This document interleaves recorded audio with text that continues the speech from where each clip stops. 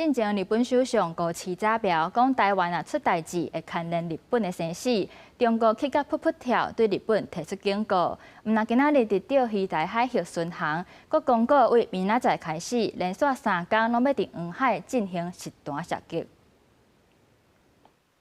国防部公布，15几天查到30架出强机，8架强舰甲公务船侵了台湾，伊佫呈现4面款待态势。因为强军佫做一片联合战备警巡，当时侪只中国渔船挖进咱西北海峡，海巡人员出动顺好，却是只到一只中国籍渔船伫台北港外海失火救助，并且领导精神，先至南关澳现场来拍火救援，协助15名中国籍船员来脱离。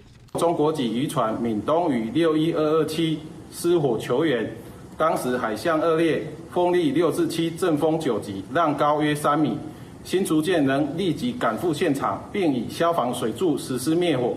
最近日本首相高市早苗对台湾有代志表示态度的言论，和中日关系紧张情势正悬。中国海警16日派出蓝天编队伫钓鱼台海峡巡航，并且公告17到19，要伫黄海部分海峡进行实弹射击，被认为是击向日本的意味真高。同时，中国外交部也呼吁公民最近避免去日本。学者认为，中国甲日本线来会较冷起来，甚至是冷淡期，也那台湾也应该小心来应用。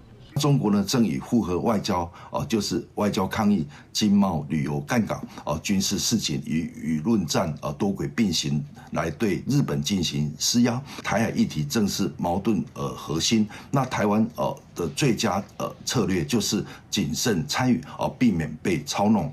总统府讲，台日两国紧密友好，咱国密切关注中方的行为，并且会甲日本在内的区域各国来合作，确保印太地区的安全稳定。记者综合报道。